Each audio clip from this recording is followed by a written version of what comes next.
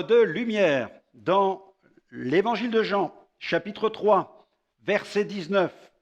Et ce jugement, c'est que la lumière étant venue dans le monde, les hommes ont préféré les ténèbres à la lumière parce que leurs œuvres étaient mauvaises. Avez-vous remarqué que lorsque vous soulevez une grosse pierre, un grand nombre d'insectes se met soudainement à grouiller?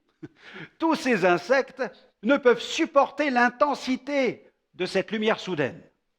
La lumière du jugement, elle aussi, mettra au grand jour les œuvres mauvaises accomplies dans les ténèbres. L'enfant de Dieu qui aura vécu sur la terre dans l'intégrité ne doit pas craindre la justice de Dieu. L'amour parfait bannit la crainte de toute espèce de jugement. Première épître de Jean, chapitre 4, verset 18. La destinée de celui qui aura vécu dans la lumière, c'est l'héritage des saints dans la lumière. Jésus est cette lumière que vous devez accueillir dans votre existence. Si vous n'avez pas encore reçu Jésus dans votre cœur, il est alors vital et urgent de le faire maintenant.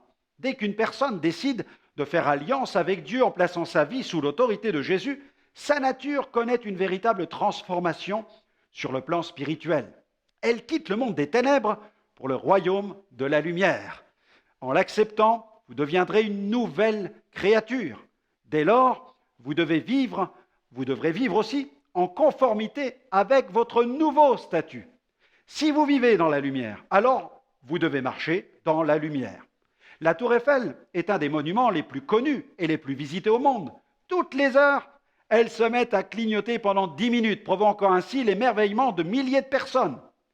Cependant, le chrétien doit réaliser qu'il est et doit rester une lumière pour le monde, et ce, 24 heures sur 24. Alors, je vous recommanderai cette prière.